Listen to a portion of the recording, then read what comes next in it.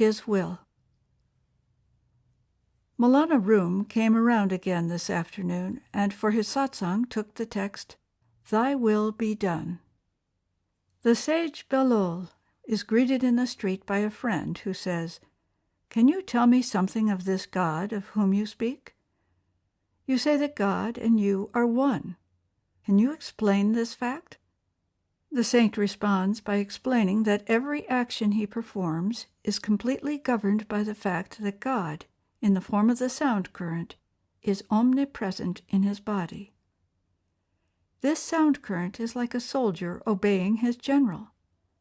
God says come or go, and the sound current produces the effect in the individual of coming or going.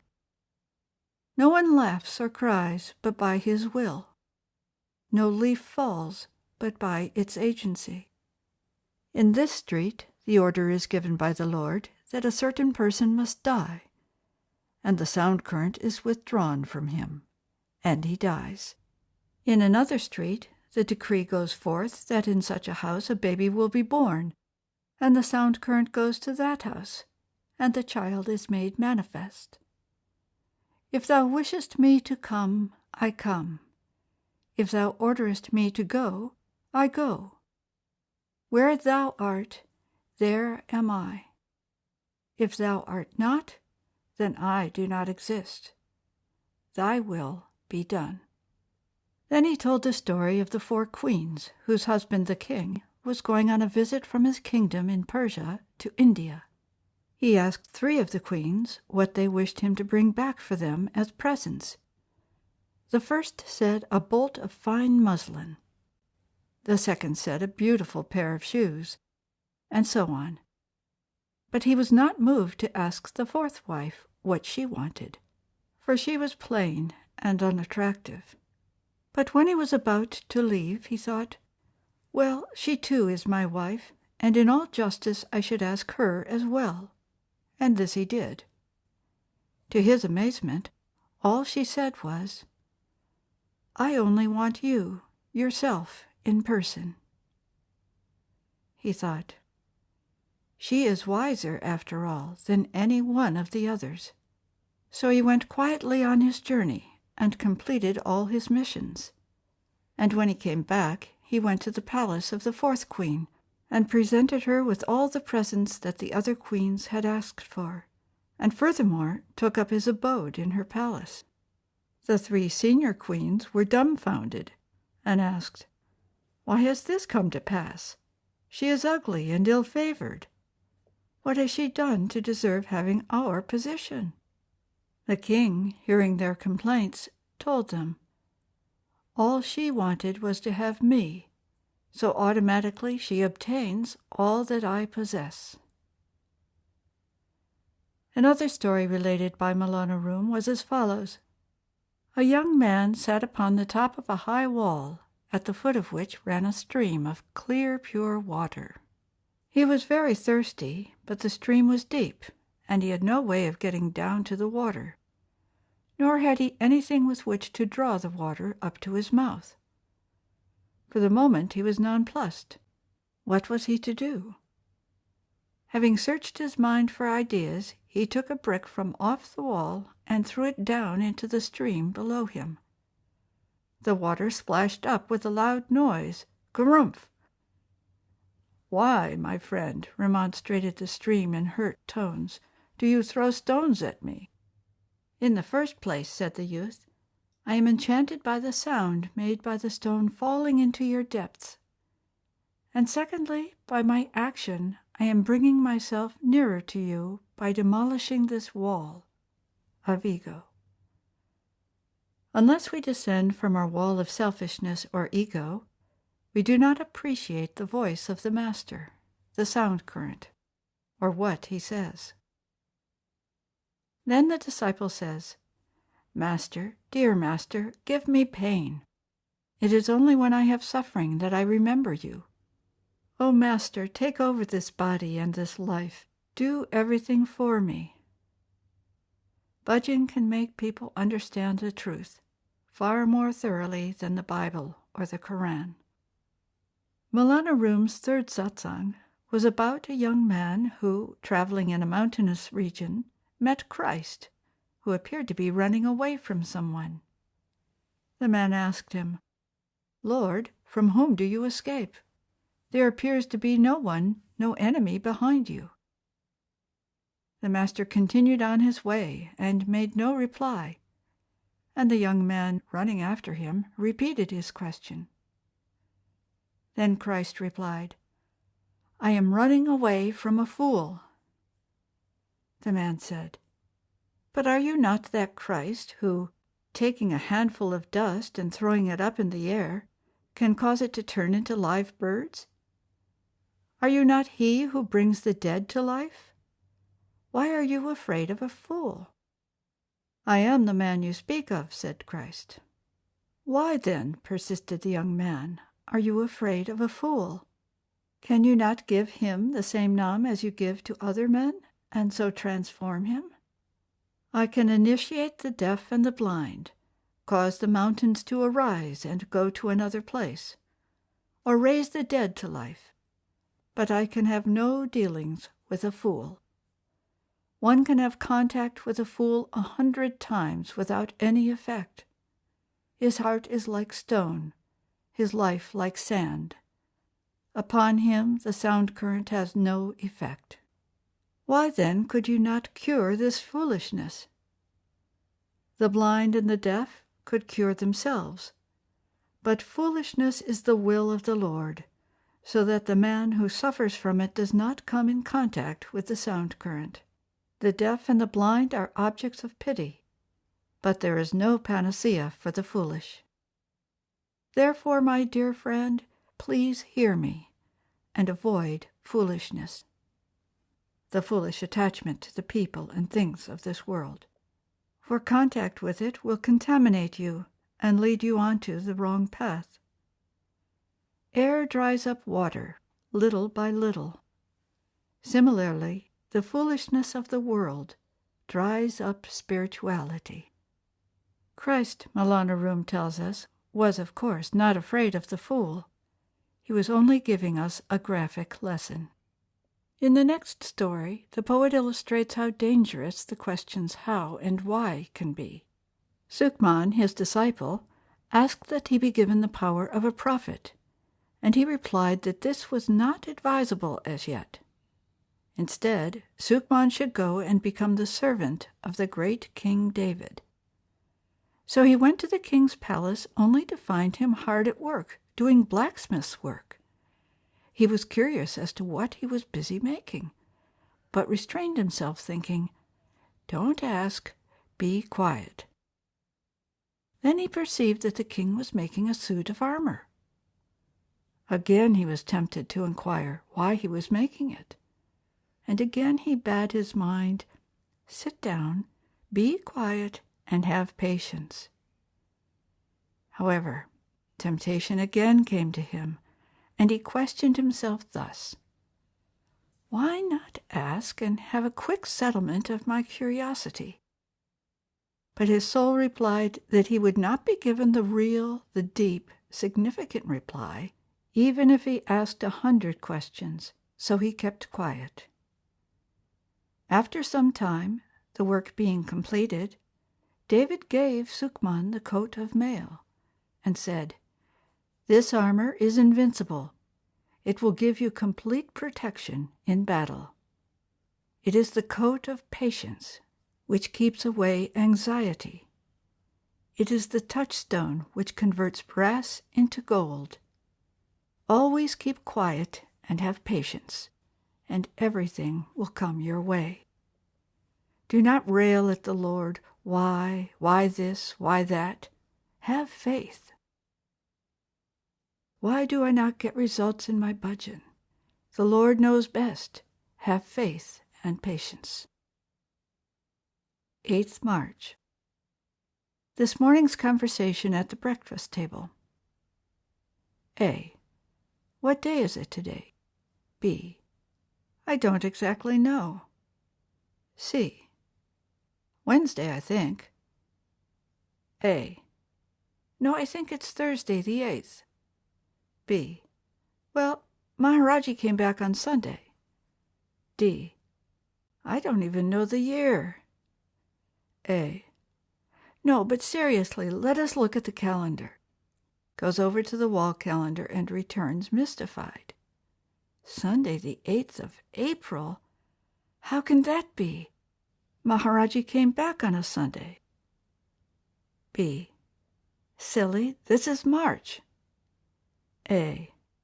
That explains it. Looked again. Thursday, the 8th of March. What a happy state to be in.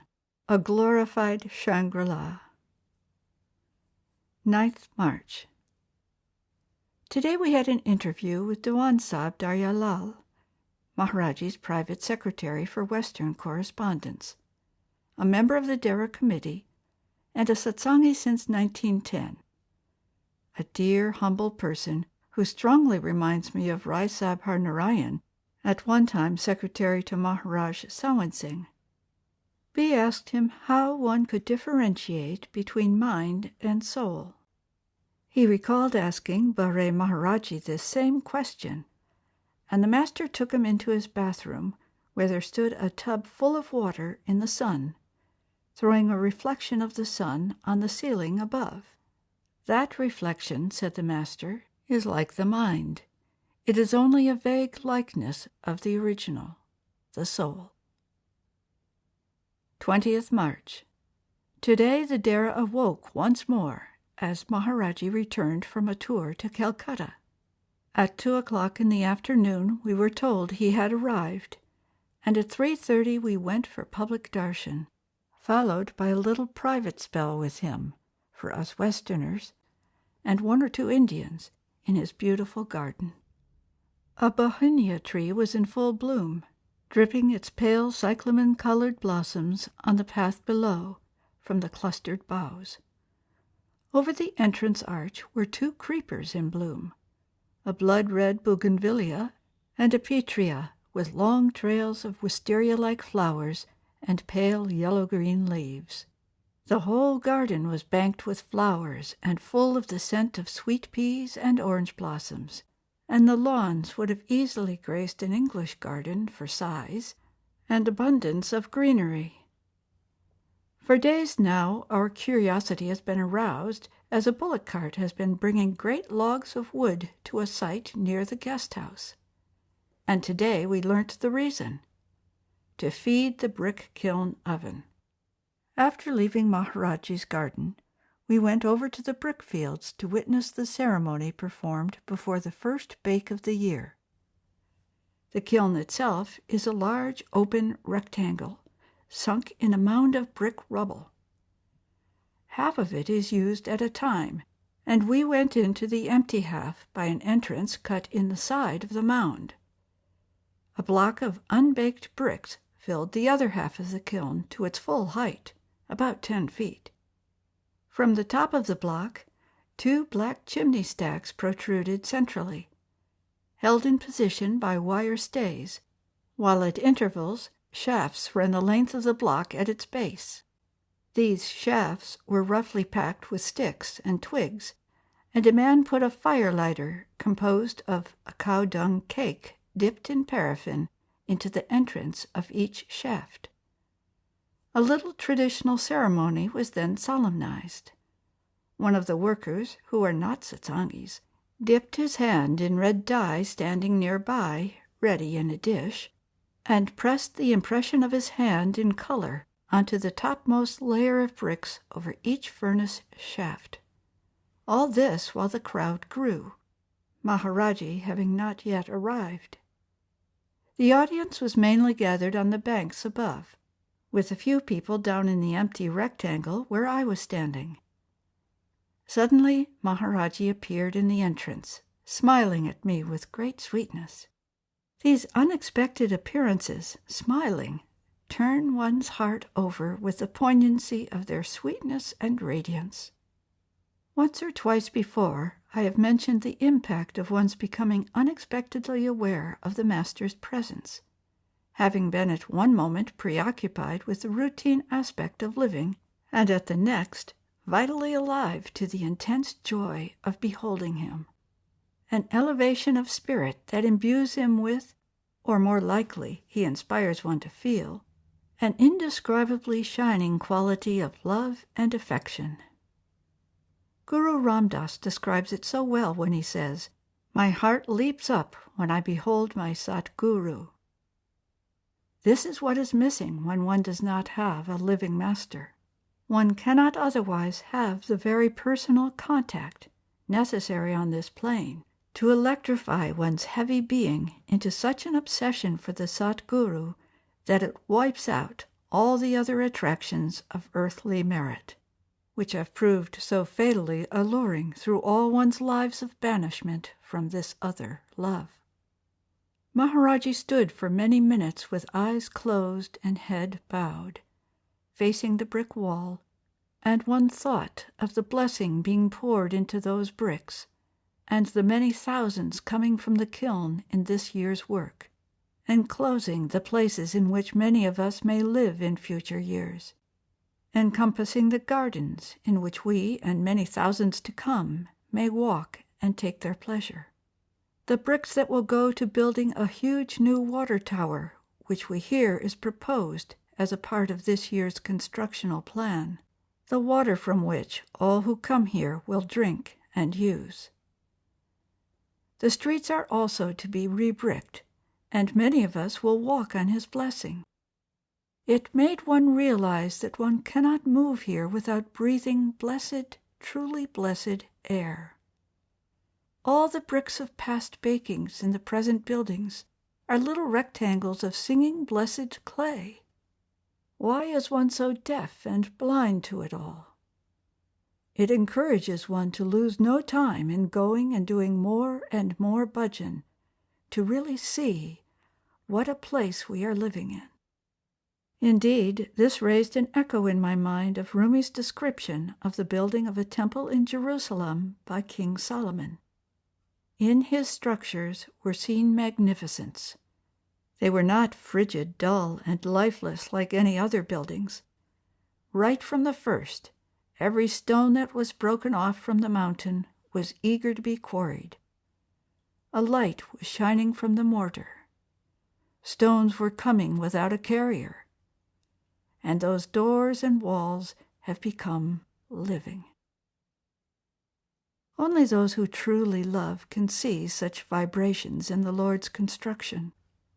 Advanced souls must see all connected with the Satguru as one great song, which we lesser mortals perceive only very dimly, or not at all. How casually we, unbelievers that we are, eat the prasad he bestows on us. How crude its physical sweetness must seem, compared with its inner ambrosial sweetness and perfume. All the outer senses, we are told, have their mental and spiritual causes, which are the prototypes from which they have descended. After the blessings, Patiban Singh sang a shabad of invocation, and then a man came forward proffering a long rod with a piece of sacking soaked in kerosene. Maharaji was handed a box of matches, one of which he lit and set fire to the torch, which was then thrust by the man under the firelighters in each of the furnace openings. A cloud of smoke was soon billowing out across the countryside from the 2 tall chimney stacks. The master then went out quickly and over to a meadow nearby, closely followed by the crowd and people bearing big brass trays of browned, sweet semolina, used on these occasions for prasad, with a charpoy, literally 4 legs, a woven rope bedstead. Behind him, he stood and blessed the food, and the people squatted, rank upon rank, around him on the grass. He then sat on the bedstead, and we happy ones beside him ate of his blessing. Dr. Randolph Stone said, "This scene might all have been taken straight out of the Bible."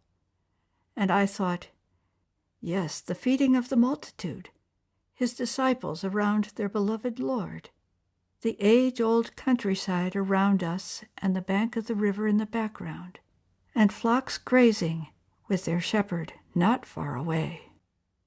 Bea and I came back to the guest house and looked back on the scene from a balcony.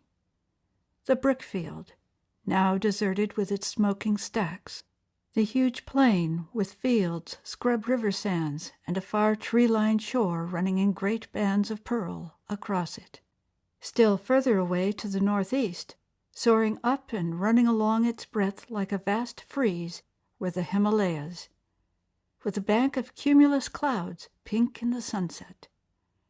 Behind them a higher, absolutely flat layer of creamy stratus, and crowning all, the silver disk of the full moon. It was an unbelievable sight, as though one were looking into an astral heaven. The siren sounded, long and clear, bidding us to budgeon. This morning we had an interesting session of questions. Bea asked, "What is imagination, and how does it differ from intuition?" Maharaji said, "They are both of the mind, one more refined than the other. Imagination is more of that which we know and with which we are familiar, while intuition reaches up to the soul to draw on it, but is still, nevertheless, the mind working." "Imagination," said Mr. Khanna, "is born of desire, as one might conjure up castles in the air." "Maharaji, in reincarnation, can a woman be born again as a man, or must she forever be condemned to womanhood? I have heard that a man may step down to womanhood, but once there, never again become a man. Is this true?" "No, there is no truth in it. A man may come back as a woman, and a woman as a man, according to their karma. Sex ceases to exist above the mind regions anyway." Laughingly he said, "There are people who say that women cannot go to Sachkhand, but this is not true. In the writings of saints, who are mostly men, you read such statements as, 'Woman is the downfall of man.' But, in the case of women, the same is implied of the opposite sex." 23rd March. Yesterday, whilst we were sitting with Maharaji after Satsang, his servant came out of his house holding an exhausted sparrow in his hand, and said it had been flying around in such a panic that finally it had fallen stunned to the ground. Maharaji looked long at it lying in the man's hand, then told him to put it up on the sweet pea props. It looked very unsteady, and somebody said it might fall out. Maharaji said, "No, it will be all right." And one thought of the biblical quotation, "Are not 2 sparrows sold for a farthing? And one of them shall not fall on the ground without your Father. But the very hairs of your head are all numbered. Fear ye not, therefore. Ye are of more value than many sparrows." Matthew, chapter 10, verses 29 to 31. Yesterday I had an appointment with him at Seva, so I stood up on the guest house top veranda to watch for him going by, so that I would not keep him waiting. Whilst watching the road outside, I saw a little old blind man feeling his way to the site where Seva was to be held. Faithfully, every day he goes to do his stint, finding his own way everywhere. Just then I espied Maharaji coming along the road alone, except for Manohar, his personal servant. I hurried down and followed, a little in the rear, and presently they came abreast of the blind man, both of them not talking, and no one else within earshot. At the same instant, I marveled to see the blind man half turn, and falling on his knees prostrate himself at Maharaji's feet. Maharaji greeted him and talked a little, and then passed on. How did that man guess the master was there?